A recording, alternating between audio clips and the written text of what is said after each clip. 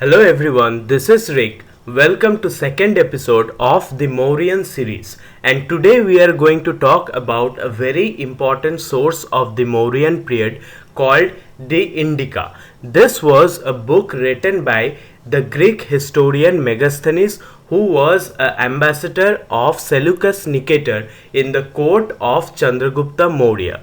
From this book, we not only know a great deal of information about the Mauryan Empire, but we know an information about the ancient period of Indian history. So without doing any delay, let's get into details. Introduction to Megasthenes Indica. What was this text? Who was Megasthenes and why this text was composed? Indica was written by Megasthenes, a Greek historian and diplomat during the Mauryan period under King Chandragupta Maurya. So King Chandragupta Maurya was the founder of the Mauryan Empire, and in his court there was a Greek historian and a diplomat named Megasthenes who wrote a great deal about the Mauryan administration and the society economy of India during the Mauryan times, and this information was compiled together in a book called Indica. Megasthenes served as the ambassador of Seleucus Nicator, the governor of Arachosia, and one of Alexander's greatest generals. So Seleucus Nicator was a general to Emperor Alexander, and he at that point of time was the governor of Arachosia after the death of Alexander. He and Chandragupta Maurya had a fight regarding many issues, and after losing the fight, Seleucus Nicator, as a peace treaty, sent Megasthenes to the court of Chandragupta Maurya as his ambassador. He wrote Indica based on his travels and observations detailing steady expansion of trade between India and the Hellenistic world. So he wrote this entire book out of his observations from the travels he did in India, and there he not only wrote about history but he gave detailed accounts about the trading practices which became very much prominent at that time between India and the Greek or Hellenistic world. Megasthenes mentioned two Mauryan rulers by their Greek names called Santrocotus, which is Chandragupta Maurya, and Amithrochetes, which is Bindusar, the son of Chandragupta Maurya. So these two rulers have been mentioned by Megasthenes in his book Indica. Chandragupta's capital Patliputra has also been described in great detail by Megasthenes, and the Seleucid Mauryan treaty, which took place after Chandragupta's war with Seleucus Nicator, is highlighted in Indica as a very significant event in Indian history. Next up we have Indica's Journey. Is this text entirely surviving up to today, or we know about this text from the writings of other writers?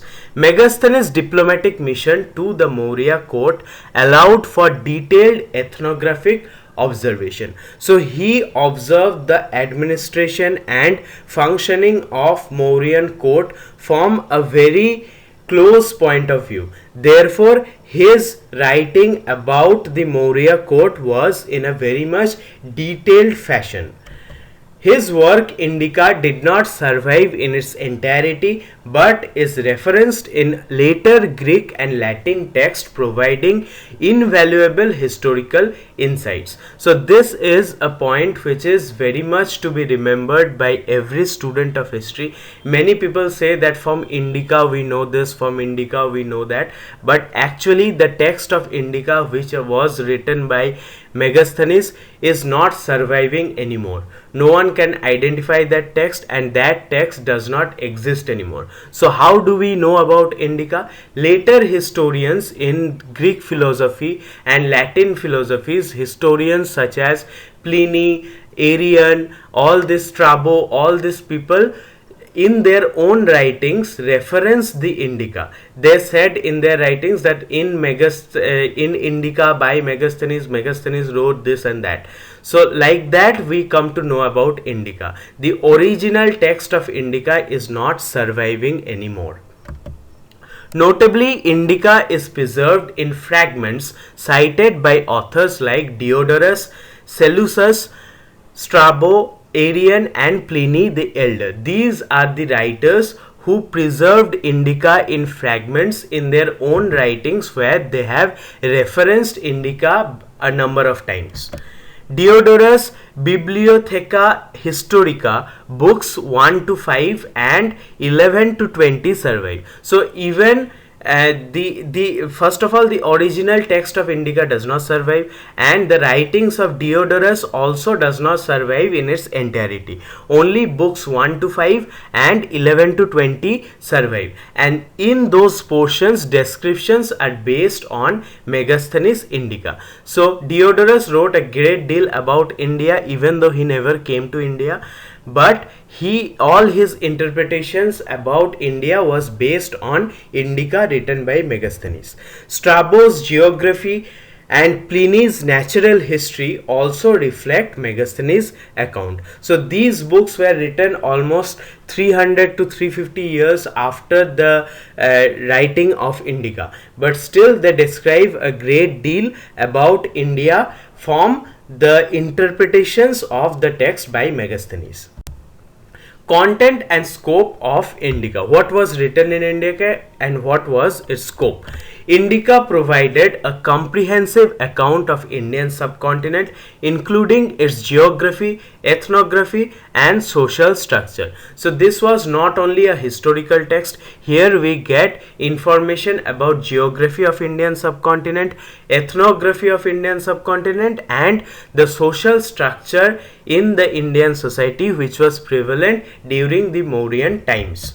It discussed the Mauryan administration, military, and economic systems as portrayed in the Greek and Roman texts that reference it. So in the Mauryan administration, what was the military structure, how were the economic systems, all these things have been written in Indica, and they have been portrayed in later Greek and Roman texts also, which references to the Indica.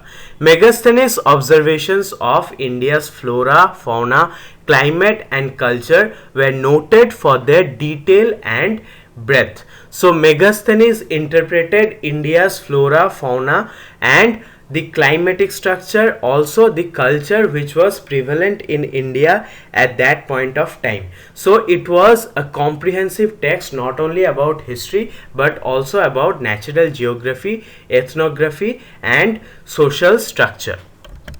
The work's scope extended to Indian philosophy and religion, influencing Greco Roman literature and thought. So this influenced the concept of India among the Greek writers, and the philosophy of India, religion of India, all these things were reflected in Greco-Roman literature.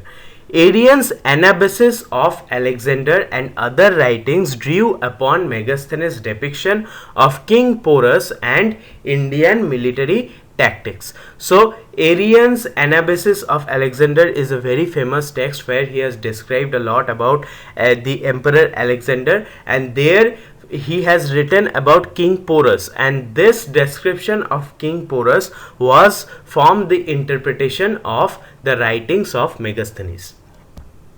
Preservation of Indica. How was Indica preserved? Indica heavily influenced subsequent Greco-Roman historiography and ethnography. So Indica did not only influence the Greek-Roman writings in the context of history only, but also in historiography and ethnography. Pliny the Elder's natural history and aliens, one of the characteristics of animals, include Megasthenes' description. So Pliny and aliens writings contain references to the text of Megasthenes also.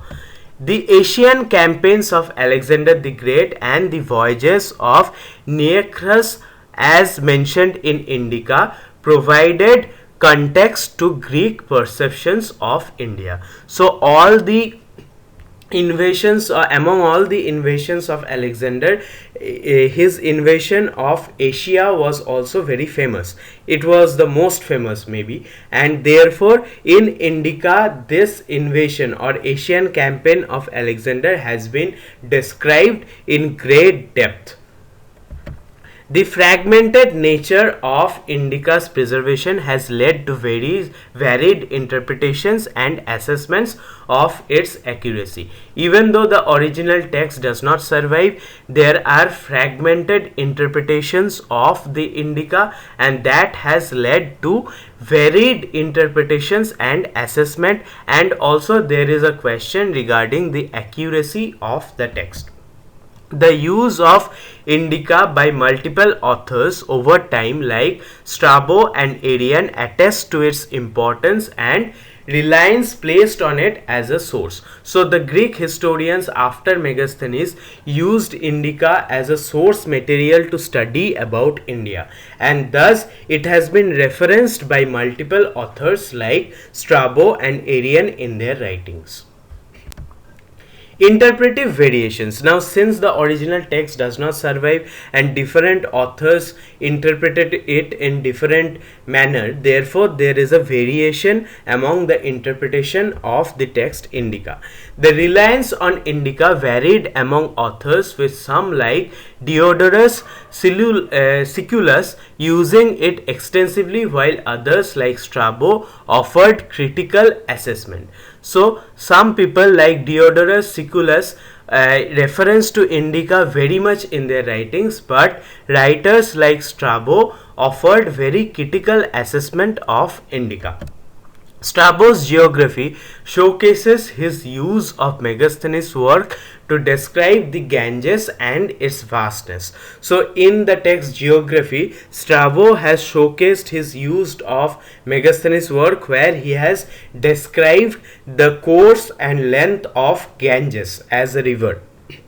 So in his book Geography, he has described Ganges in its vastness, and for that he has reference to Indica.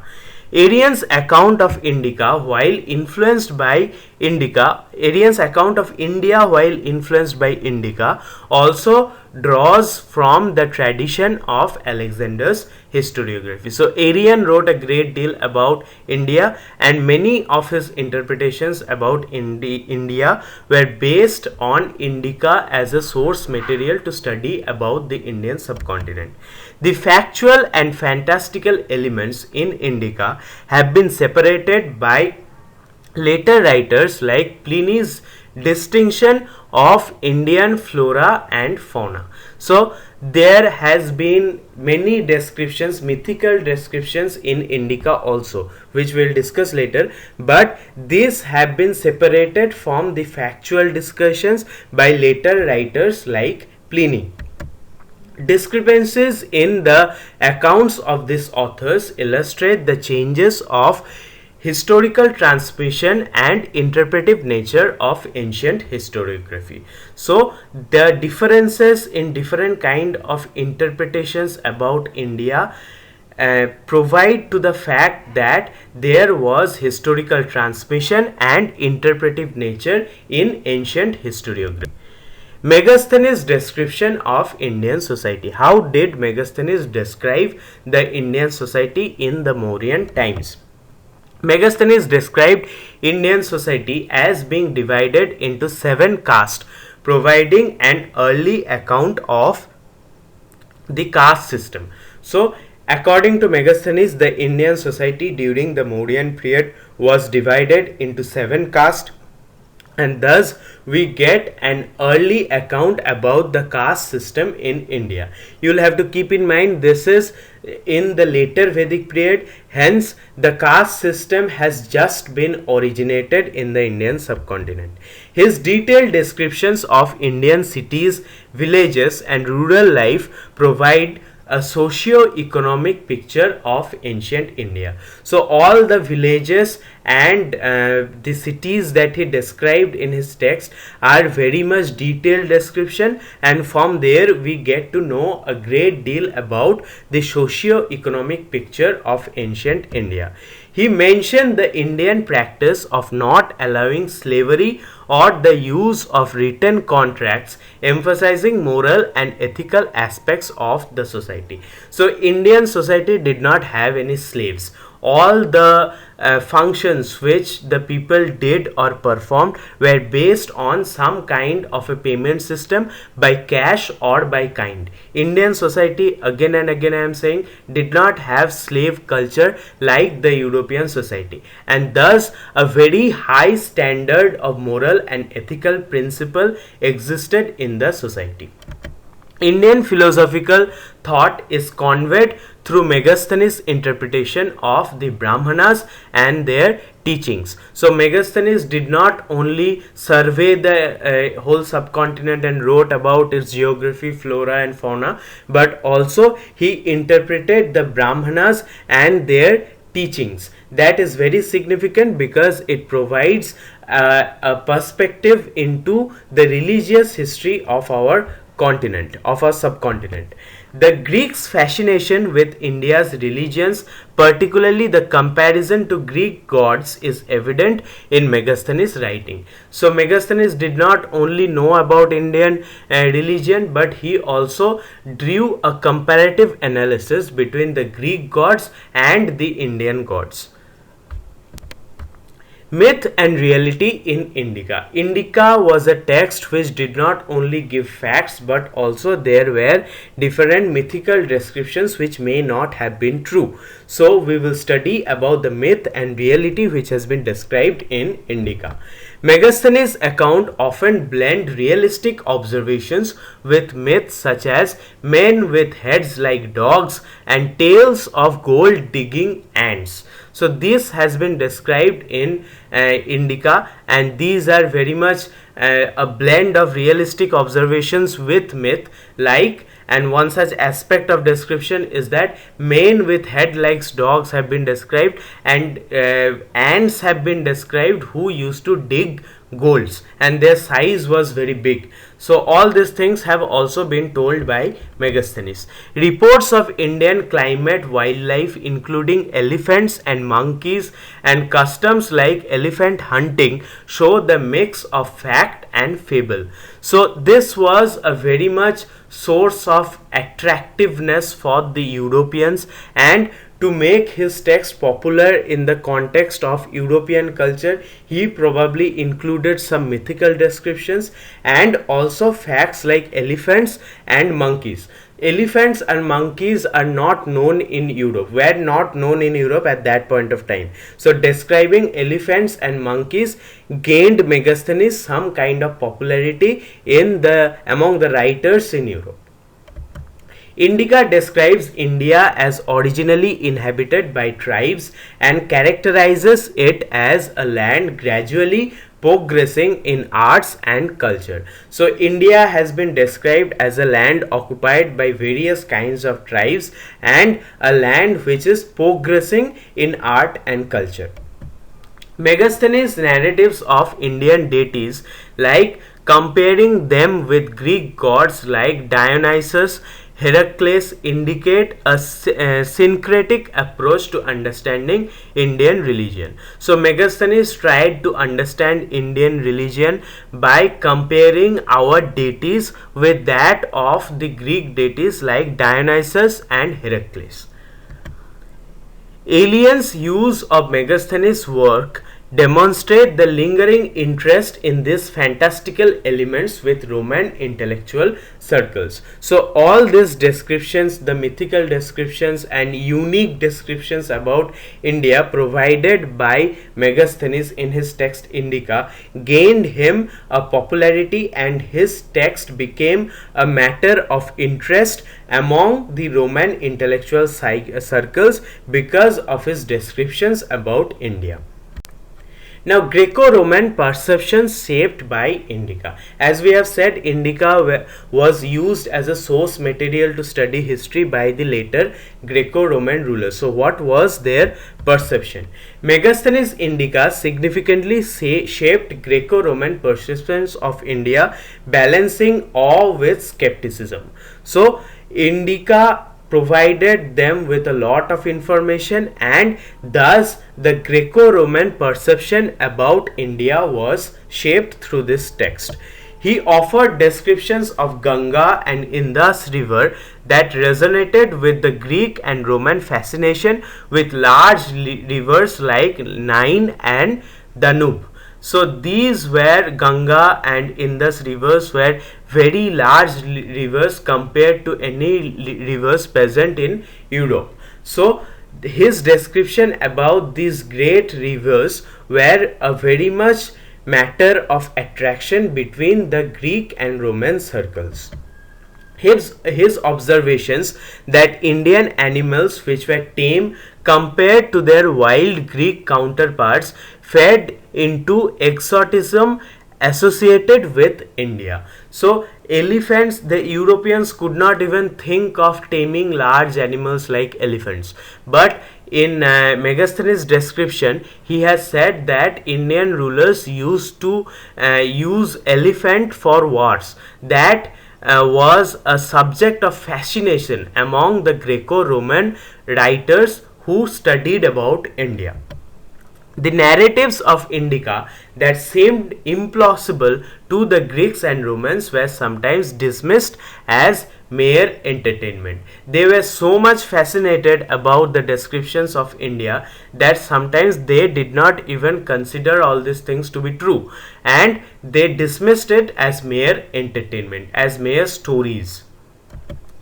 The Greco-Roman interpretations of Indica suggest a double filter of Megasthenes' own perception and subsequent authors who cited him. So his interpretations about Indica are not only his own perceptions but also the later authors who studied Indica as a source material to get information about India.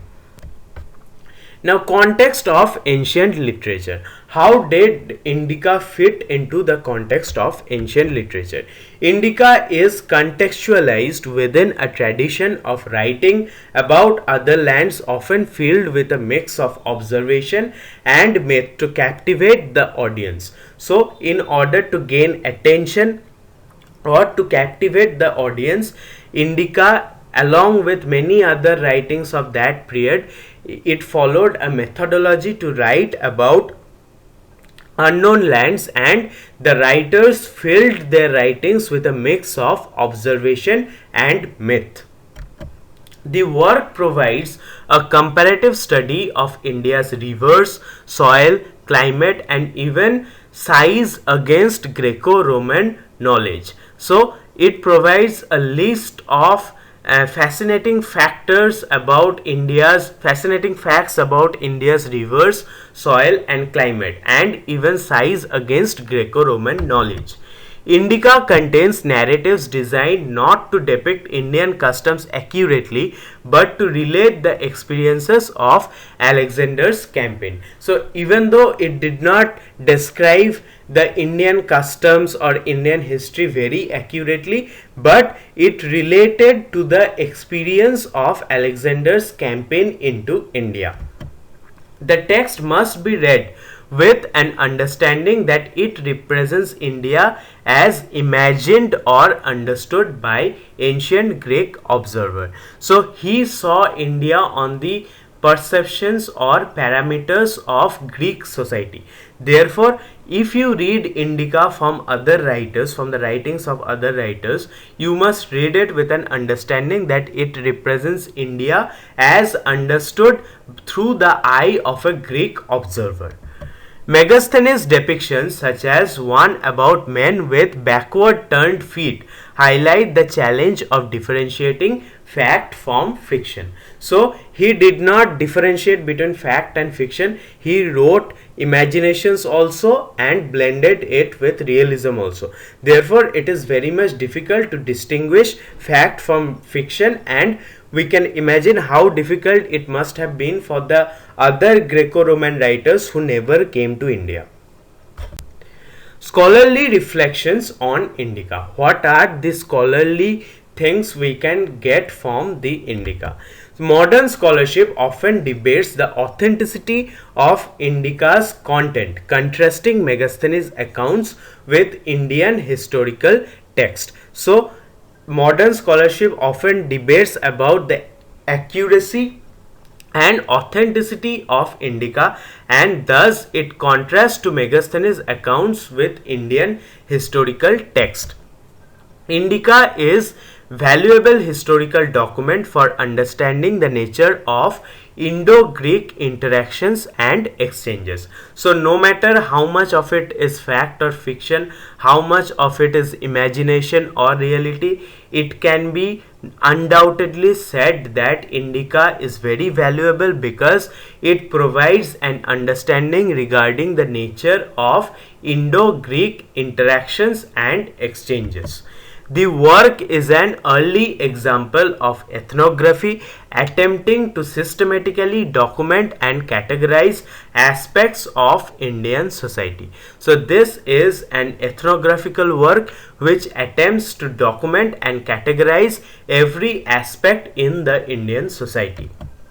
Megasthenes' observations on Indian governance, such as the absence of slavery, contribute to our understanding of the Mauryan ethics and laws. So all his observations regarding India, especially facts like there was no slaves in India, there was caste system in India, contribute to our understanding of the Mauryan society, ethics and laws. The treatise serves as a foundation for the study of Mauryan Empire's place within the larger context of Hellenistic geopolitical dynamics. So what was the contribution of Mauryan Empire, or what was the status of Mauryan Empire among the contemporary empires or geopolitical dynamics can be understood from the Indica. The legacy of Indica and Megasthenes. What is the legacy of Indica and how is Megasthenes important? Megasthenes Indica has left a lasting legacy as one of the most comprehensive works on India by a foreign author. This was not one of the most comprehensive work, but also one of the first works on India by a foreign author. And we will have to keep in mind, India did not have any historical text at that point of time. So this is not only a foreign work on the historiography of India, but also one of the only works about the historiography of Mauryan period in the Indian subcontinent. So the text impact extends into modern times as historians use it to reconstruct aspects of ancient Indian life and geography. Even today, if we want to reconstruct the ancient Indian life, Megasthenes Indica serves as one of the most important source material.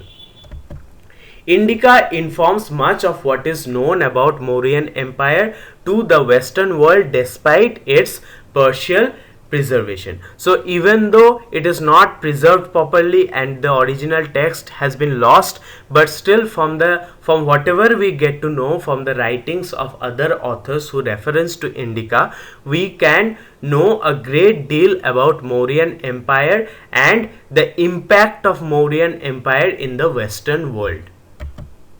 Megasthenes' portrayal of Indica continues to be a point of reference and discussion in both classical studies and South Asian historiography. So in classical studies and South Asian historiography, this text by Megasthenes continues to be a point of reference in every kind of historical studies about South Asia. Indica's detailed description of the subcontinent's geography, zoology and sociology underscores its enduring scholarly significance. Now we will go through a summary of our entire presentation in conclusion and reflections. Indica by Megasthenes remains a primary source for reconstructing the image of ancient India through Greek eyes. The work underscores the complexities of cultural translation and historical documentation in the ancient world. Indica challenges readers to discern historical truths with the tapestry of myths and legends that were typical of ancient historiography. Megasthenes' account provides a unique perspective on the interconnectedness of ancient civilizations and their mutual perceptions. Future research and interpretation of Indica will continue to enhance our understanding of cross-cultural exchanges in antiquity. So that was all about another important source of Mauryan history, that is Indica by Megasthenes. With that, we conclude about our textual sources about Mauryan history, and next we will go forward into the Ashokan inscription and how is it important to know about the Mauryan period. I am trying to make these videos with very limited resources, so please support me so that with your love and encouragement I can bring brighter contents in future. Thank you so much.